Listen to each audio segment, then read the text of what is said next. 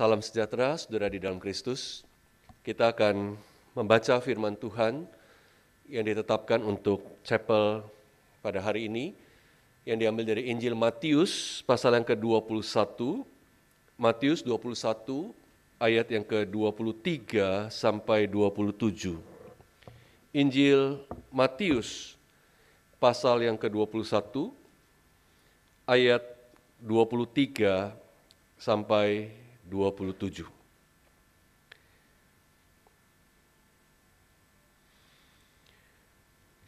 Demikian firman Tuhan, Matius 21 mulai ayat 23.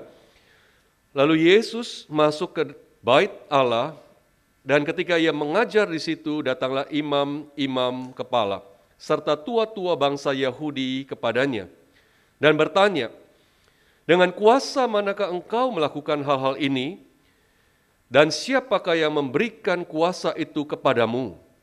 Jawab Yesus kepada mereka, aku juga akan mengajukan satu pertanyaan kepadamu, dan jikalau kamu memberi jawabnya kepadaku, aku akan mengatakan juga kepadamu dengan kuasa manakah aku melakukan hal-hal itu.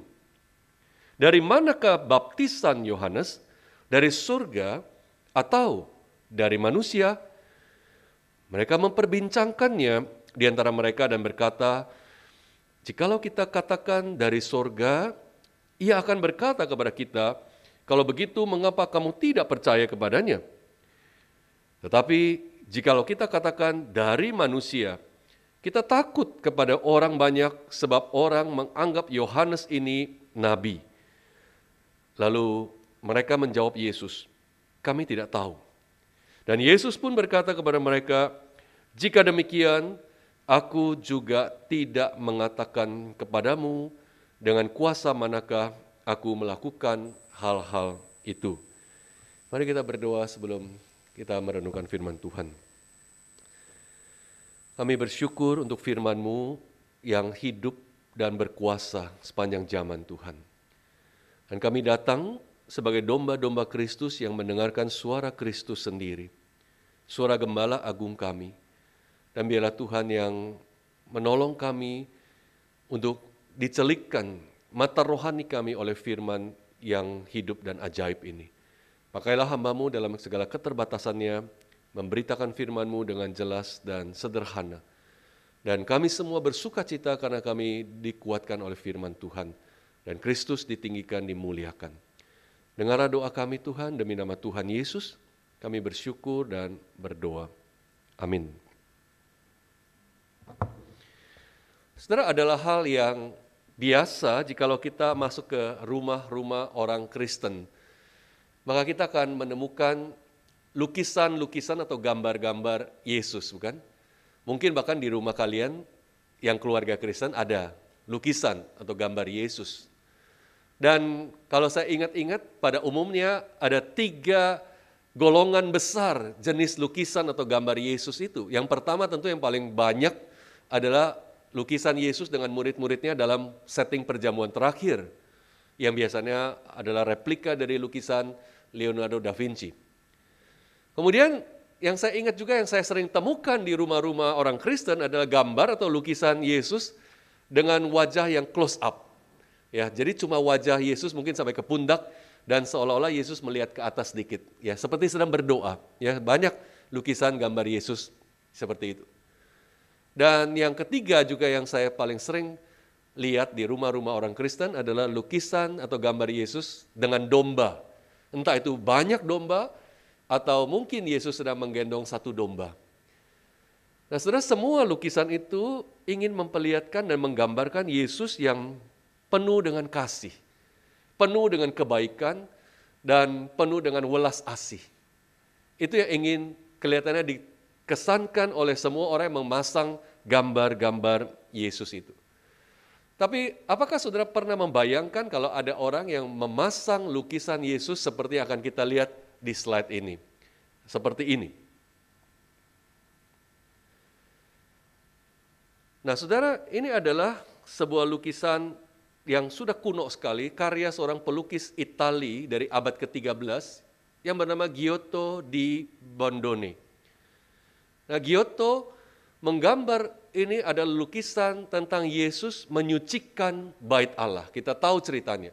Kalau kita lihat mundur sedikit dari perikop yang kita baca tadi sampai Matius 21 ayat 12, dikatakan Yesus mengusir pedagang-pedagang yang berdagang di bait Allah.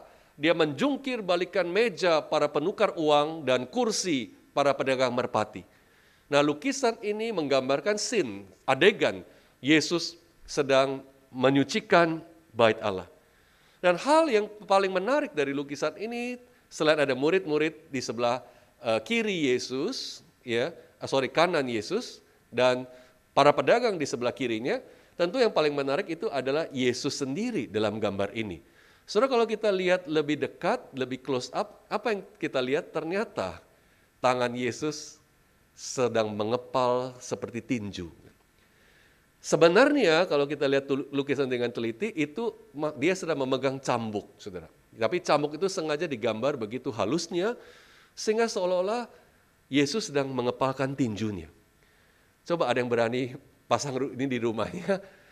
Ini adalah gambaran Yesus yang sama sekali berbeda dari banyak lukisan Yesus yang sering kita temukan. Yesus yang penuh kasih, yang menggendong dombanya, yang memberi makan kepada murid-muridnya. Tapi ini adalah Yesus yang mengepalkan tinjunya yang diarahkan kepada para pedagang di bait Allah itu.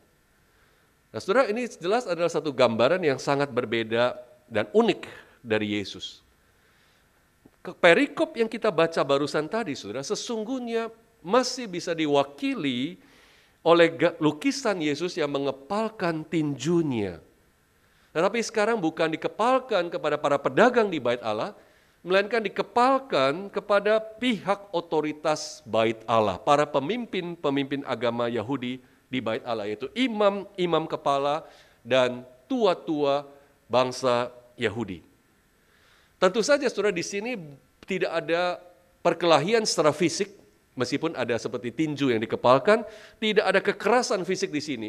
Tetapi apa yang sungguh-sungguh terjadi dalam apa yang kita baca tadi, ini benar-benar adalah suatu battle, satu pertikaian, satu clash, tepatnya clash of authorities, pertikaian, pertentangan antar otoritas, antara Yesus dengan para pemimpin agama Yahudi, para imam-imam kepala, tua-tua Yahudi. Mereka seperti saling mengepalkan tinju-tinju teologis mereka, theological punches mereka. Yesus menunjukkan kepada para pemimpin agama itu, dan para pemimpin agama itu juga menunjukkan tinju teologis mereka kepada Yesus. Tapi tujuan berbeda. Imam-imam kepala dan para tua-tua bangsa Yahudi itu, tujuan mereka adalah ingin memojokkan Yesus, menjatuhkan Yesus, dan mempermalukan Yesus. Dengan tinju teologis mereka, pertanyaan yang tajam. Dan Yesus sebaliknya juga, kalau kita bisa lukis seperti tadi, mengepalkan tinju kepada mereka, bukan untuk menjebak mereka, tapi menghakimi mereka. Jadi ini adalah sebuah clash, sebuah battle, sebuah pertikaian otoritas di antara Yesus dengan para pemimpin agama Yahudi. Saudara, kalau kita lihat sebelum tiba pada episode atau adegan yang kita baca tadi, sebenarnya penghakiman Yesus atau bahkan penghukuman Yesus terhadap para pemimpin agama Yahudi itu sudah dimulai dari perikop-perikop atau adegan-adegan sebelumnya, episode sebelumnya.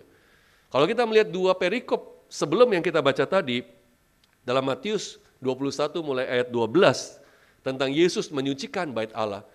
Di sana kita sudah melihat bagaimana Yesus pergi ke dalam bait Allah dan dia menantang otoritas bait Allah itu dengan mengusir semua pedagang yang berdagang di situ, dan dia membersihkan bait Allah dari hal-hal yang tidak seharusnya ada di sana. Maka saudara, kita melihat dengan tindakan Yesus menyucikan bait Allah itu adalah satu tindakan Yesus sudah menyatakan dirinya sebagai raja yang sejati dan imam besar sejati yang mempunyai otoritas yang penuh, otoritas yang sepenuhnya atas bait Allah dan bukan para imam yang ada di sana. Yesuslah yang mempunyai otoritas mutlak atas bait Allah. Dan kemudian episode itu dilanjutkan dengan kita baca bagaimana Yesus mengutuk pohon ara, sehingga pohon itu kering sampai selamanya tidak bisa berbuah lagi. Saudara, ini satu penghakiman yang keras sekali. Dan pohon ara itu tidak lain adalah simbol dari bangsa Israel, dan khususnya para pemimpin Israel. Yang banyak daunnya, tapi tidak pernah ada buahnya. Seperti pohon itu, maka bait Allah itu kelihatannya begitu bagus, begitu megah, dari luar kelihatannya begitu sehat. Tapi sebenarnya tidak pernah ada buah.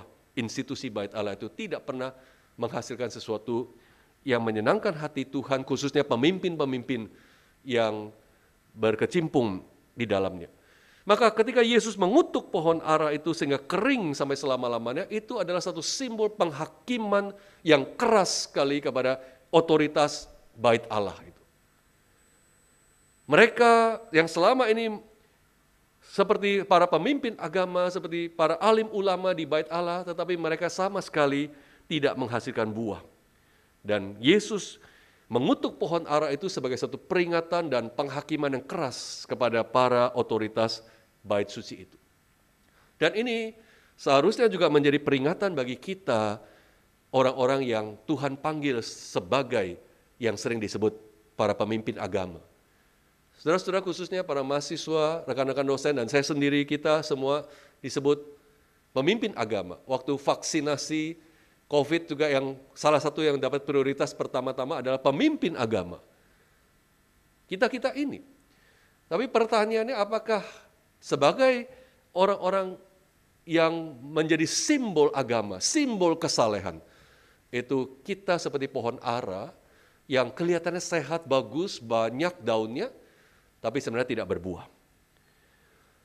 J.C. Ryle atau John Charles Ryle, seorang uskup Anglikan pertama untuk kota Liverpool di abad 19, dia mengatakan kalimat yang keras demikian. Dia bilang, dosa dan ketidakpercayaan itu bisa membunuh ribuan. Tetapi agama tanpa buah itu membunuh puluhan ribu. Tens of thousands dibandingkan dengan thousands yang pertama. Ngeri sekali, saudara. Dosa memang buruk. Ketidakpercayaan, tidak percaya pada Tuhan itu buruk. Itu membunuh ribuan. Tapi John Ryle mengatakan lebih buruk lagi adalah agama tanpa buah, atau kutipan aslinya dalam bahasa Inggrisnya profession without practice. Pengakuan iman tanpa prakteknya. Pengakuan kepercayaan kepada Tuhan tanpa buah di dalam hidupnya. Dia katakan itu slays atau membinasakan tens of thousands. Kadang-kadang itu adalah arti idiom yang artinya begitu banyak, nggak bisa dihitung lagi. Maka kita melihat agama tanpa buah, sesuatu yang begitu mengerikan. Jauh lebih buruk dari sekedar dosa dan ketidakpercayaan kepada Tuhan. Maka saudara, ironisnya apa yang kita baca barusan dalam Injil Matius 21 tadi, memperlihatkan yang dihakimi oleh Yesus justru mempertanyakan otoritas Yesus. Mereka bertanya kepada Yesus, dengan kuasa mana engkau melakukan hal-hal itu? Yaitu membersihkan, menyucikan bait suci, mengusir para pedagang, dan kemudian mengajar di situ. Dan mereka bertanya, siapa yang memberikan kamu otoritas atau kuasa itu? Saudara, mereka melihat Yesus mengobrak-abrik mall dadakan di bait Allah itu, dan mengajar di situ, dan mereka berpikir ini siapa? Ya, seorang nobody dari Nazaret yang tidak ada latar belakang kredensial seperti para pemimpin agama lainnya. Yesus bukan imam, Yesus bukan ahli Taurat, Yesus bukan rabi Yahudi yang legal seperti banyak rabi-rabi Yahudi lainnya di sana. Tapi dia mengajar. Siapa dia? Dari mana otoritasnya? Orang-orang pemimpin atau otoritas Yahudi itu berpikir siapa orang, dia pikir dia siapa, sampai dia berani melakukan semua itu, dan atas otoritas dari mana dia melakukan itu semua. Mereka bertanya kepada Yesus, tapi bukan sekedar ingin dapat jawaban, melainkan di balik pertanyaan ini ada jebakan yang dahsyat, yang ingin menjerumuskan Yesus, yang memojokkan dan mempermalukan Yesus. Tentu saja mereka berharap Yesus menjawab mereka dari Allah. Otoritasku dari Allah, aku mengajar dan mengusir para pedagang itu berdasarkan otoritas dari Allah. Dan jika Yesus menjawab demikian, kena masuk perangkap mereka. Karena mereka akan langsung menuduh Yesus dengan tuduhan penghujatan, blasphemy. Yang saat itu tidak terjadi, tapi kemudian kita lihat pada akhirnya terjadi. Waktu sebelum Yesus disalib, Yesus diadili dengan tuduhan-tuduhan penghujatan kepada Allah. Karena menurut mereka ini hanya manusia biasa, tapi mengaku-ngaku mendapat otoritas dari Allah, bahkan bertindak dengan otoritas prerogatif ilahi. Mengaku dirinya sebagai Allah. Maka Yesus tidak mungkin menjawab secara eksplisit dari Allah, karena itu berarti masuk perangkap. Nah, di sinilah saudara kita melihat mereka mencoba menggiring Yesus seperti kalau di dalam sebuah ring tinju memojokkan Yesus ke pojok ring dilema itu. Yang membuat Yesus seolah-olah sulit berkelit, mau kemana lagi, udah dipojokkan sampai ke ujung pojok ring situ, dan dia seperti tidak lagi bisa berkelit. Tetapi kita melihat Yesus tidak terpojok. Yesus bahkan membalikkan keadaan, dan justru dia sebaliknya menggiring para pemimpin agama ini ke pojok ring dilema yang lain. Sebagai ganti, Yesus terpojok, sekarang giliran Yesus yang memojokkan mereka. Apa yang Yesus lakukan? Yesus berkata, oke, kamu bertanya demikian, dan aku akan menjawab pertanyaanmu kalau kamu menjawab pertanyaanku dulu. Dan ini sebenarnya ada cara dialog yang biasa, rabi-rabi Yahudi mengajar dengan cara memberi pertanyaan kepada pertanyaan. Jadi apa yang Yesus lakukan ini adalah hal yang sangat biasa dalam tradisi rabi-rabi Yahudi. Nah, Yesus berkata, oke, aku akan menjawab kamu kalau kamu jawab aku dulu, pertanyaanku dulu. Dan pertanyaan Yesus adalah, dari mana baptisan Yohanes? Dari surga, dari Allah, atau dari manusia? Dan ini adalah pertanyaan yang hebat sekali dari Yesus. Saudara bisa bayangkan Yesus yang seperti petinju di pojok ring yang tadinya sudah seperti mau menutup muka, sudah terpojok, nggak bisa berkelit, tiba-tiba mengambil alih ring itu. Dia mendesak dengan kepalan tinju teologisnya, sehingga para pemimpin agama otoritas bait Allah itu yang sekarang terpojok di pojok ring yang lain oleh pertanyaan Yesus itu. Saya katakan pertanyaan Yesus yang barusan itu hebat sekali. Baptisan Yohanes dari Allah atau dari mana? Kenapa saudara pertanyaan itu hebat? Pertama, karena melalui pertanyaan ini Yesus secara tidak langsung sedang menjawab pertanyaan para pemimpin agama yang tadi. Yesus secara tidak langsung dia ingin mengatakan otoritas dia dari Allah. Karena apa? Yohanes Pembaptis dia jelas mengkonfirmasi otoritas Yesus Kristus itu berasal dari Allah. Yohanes Pembaptislah yang berkata tentang Yesus, lihatlah anak domba Allah yang menghapus dosa dunia. Dari sejak awal pelayanan Yohanes dan pelayanan Yesus, Yohanes sudah melihat ini yang diutus Allah pada akhirnya untuk menjadi kurban yang sempurna, menghapus dosa seluruh dunia. Satu kurban yang tidak bercacat. Dan tentang Yesus juga, Yohanes Pembaptis berkata, dia yang akan datang kemudian daripadaku, lebih besar kuasanya, otoritasnya daripada aku. Dan membuka tali sepatunya, kasutnya, aku tidak layak. Itu berarti Yohanes jelas memberikan satu endorsement yang begitu tinggi kepada Yesus, bahwa otoritas Yesus itu jelas dari Allah. Yohanes mengkonfirmasi bahwa pelayanan Yesus itu semua adalah berasal otoritas dari Allah. Jadi, kalau para pemimpin agama ini menjawab otoritas Yohanes berasal dari surga, mau nggak mau mereka harus mengakui Yesus juga punya otoritas dari surga. Karena Yohanes mengendorse Yesus. Maka kita lihat ini pertanyaan yang hebat sekali dari Yesus. Yang kedua, saudara, pertanyaan Yesus itu hebat karena Yesus tahu otoritas bait suci ini terlalu sombong dan malu untuk menjawab dengan benar. Yesus tahu mereka nggak mungkin jawab, meskipun mereka tahu kebenaran. Mereka tidak berani menanggung malu dengan terus terang menjawab kuasa Yohanes berasal dari Allah. Kalau saja mereka menjawab dari Allah, maka semua penonton, semua yang harus hadir di situ tahu bahwa memang Yesus harus didukung karena Yohanes memang yang mengkonfirmasi otoritas Yesus. Dan Yesus juga tahu bahwa para pemimpin agama itu tidak berani menjawab dari manusia. Karena kalau mereka mengatakan otoritas Yohanes dari manusia, mereka takut kepada orang banyak karena orang banyak mendukung Yohanes, menerima pelayanan Yohanes, dan bahkan menganggap Yohanes adalah seorang nabi. Yesus tahu sekali pertanyaan ini nggak mungkin dijawab oleh para otoritas agama Yahudi itu. Apapun jawaban mereka, entah itu dari surga, dari Allah, atau dari manusia, maka itu pasti memojokkan mereka sendiri. Jadi saudara lihat, kalau ini sekali lagi kita bawa ke dalam metafora ring tinju itu. Yesus yang tadi dipojokkan di satu sudut, sekarang berhasil memojokkan otoritas agama Yahudi itu di sudut yang lain. Dan semua penonton tahu, dengan diamnya para pemimpin agama Yahudi itu, maka pertandingan clash of authorities ini dimenangkan oleh siapa? Yesus. Kalau saja seperti metafora pertandingan tinju, wasit memegang tangan Yesus di tangan kanan, memegang tangan imam besar, imam-imam di tangan kiri, tangan siapa yang wasit itu angkat? Tangan Yesus.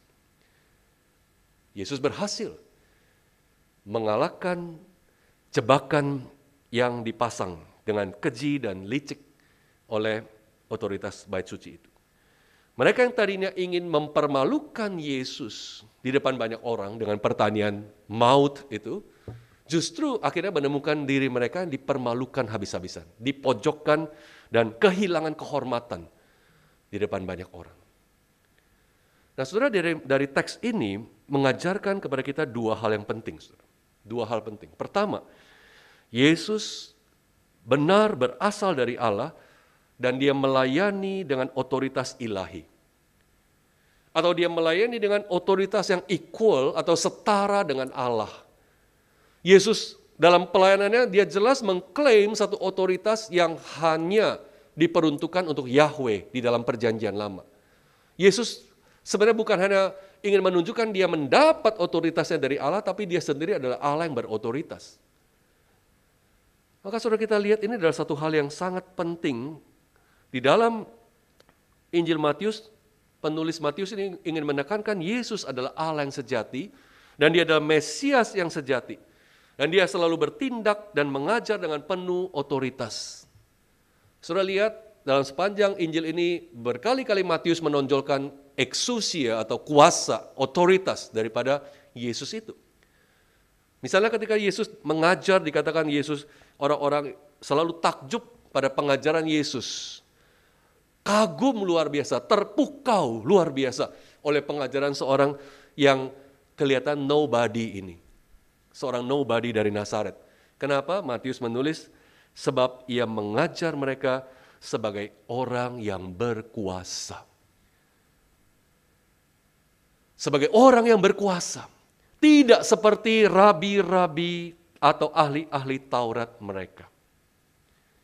Ketika Yesus menyembuhkan orang sakit, Yesus bukan cuma menyembuhkan, tapi mengatakan apa?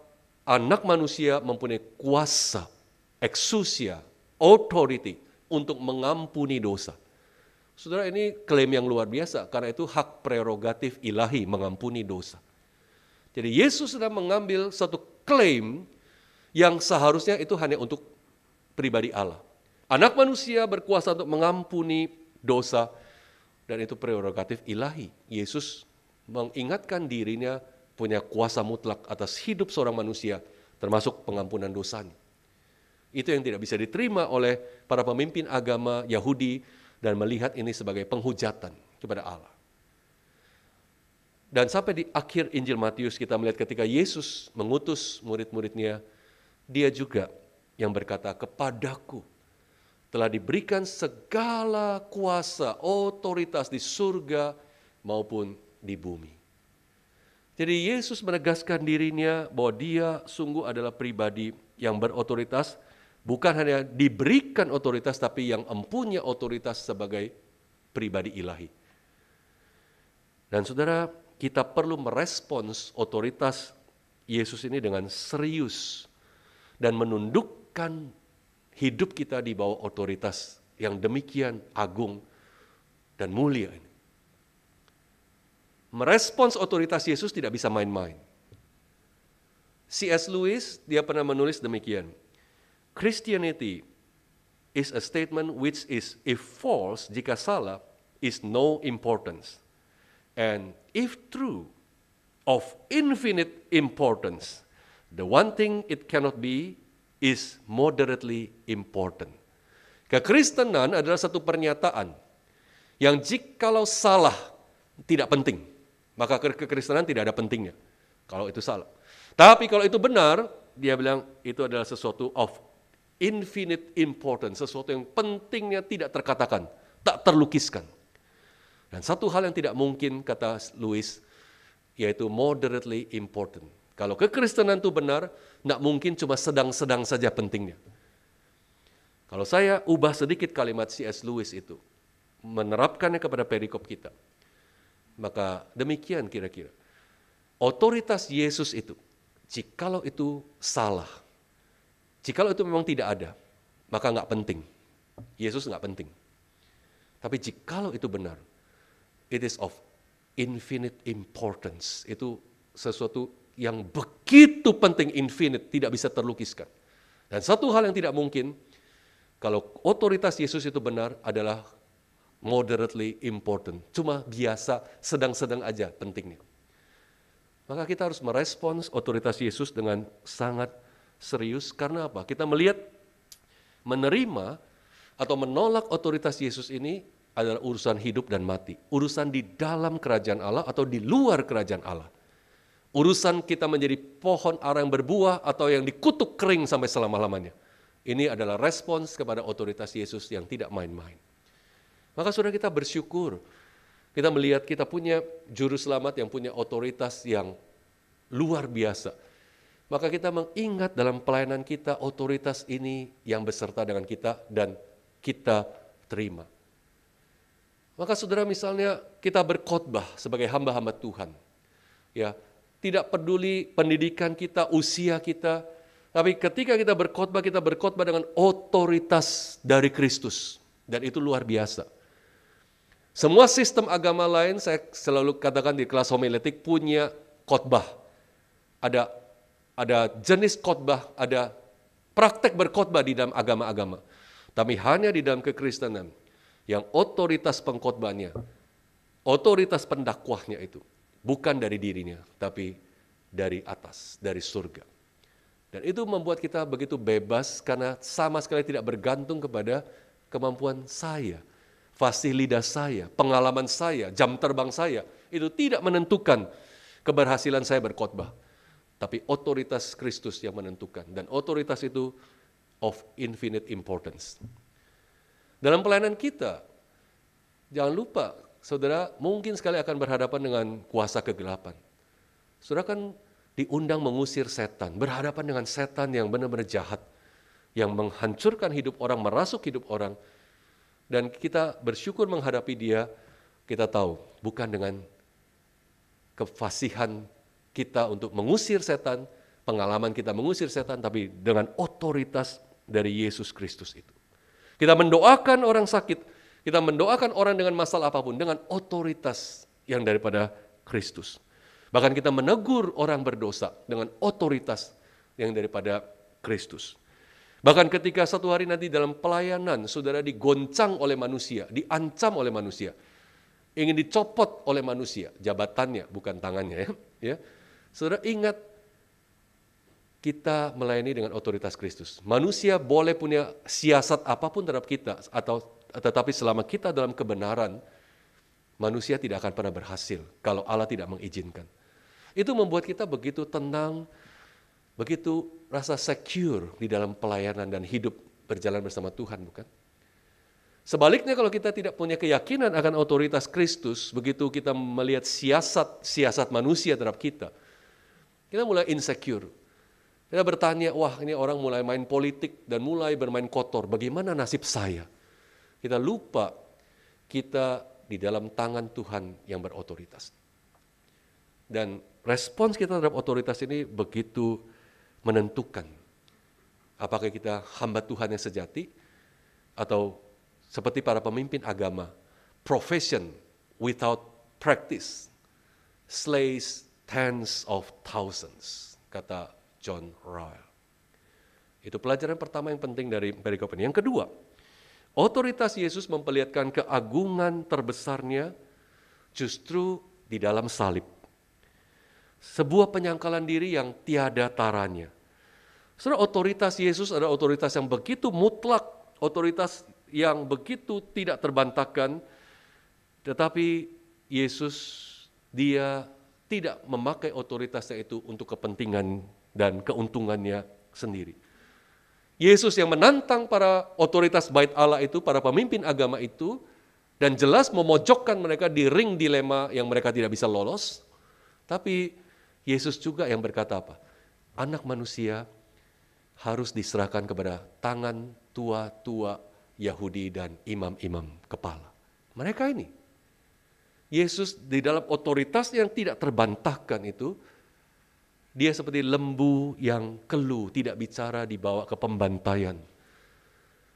Dia tidak mempergunakan otoritasnya itu untuk kepentingannya sendiri, mengeksploitasi itu keuntungan sendiri. Itulah otoritas dalam kebesarannya.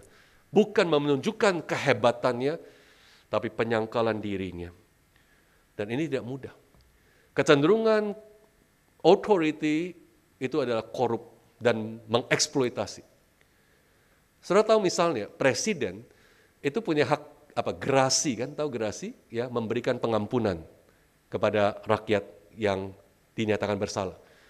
Nah, ada satu peristiwa yang sangat sebenarnya konyol tapi juga lucu tentang mantan presiden Amerika Donald Trump.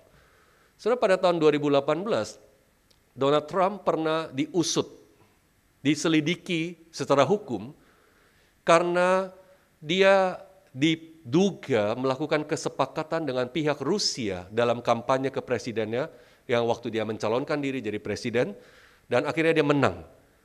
Kalau sampai tuduhan itu terbukti, artinya Presiden Trump jadi presiden karena curang, karena ada bantuan-bantuan tertentu dari pihak Rusia. Dan kasus ini berlanjut dan kelihatannya ada potensi untuk membuat Trump itu bersalah. Tapi apa yang Donald Trump katakan, dia bilang apa? Seperti yang telah dinyatakan oleh banyak sarjana hukum, saya memiliki hak mutlak mengeluarkan gerasi untuk diri saya. Saya baru pernah dengar presiden yang ngomong gitu.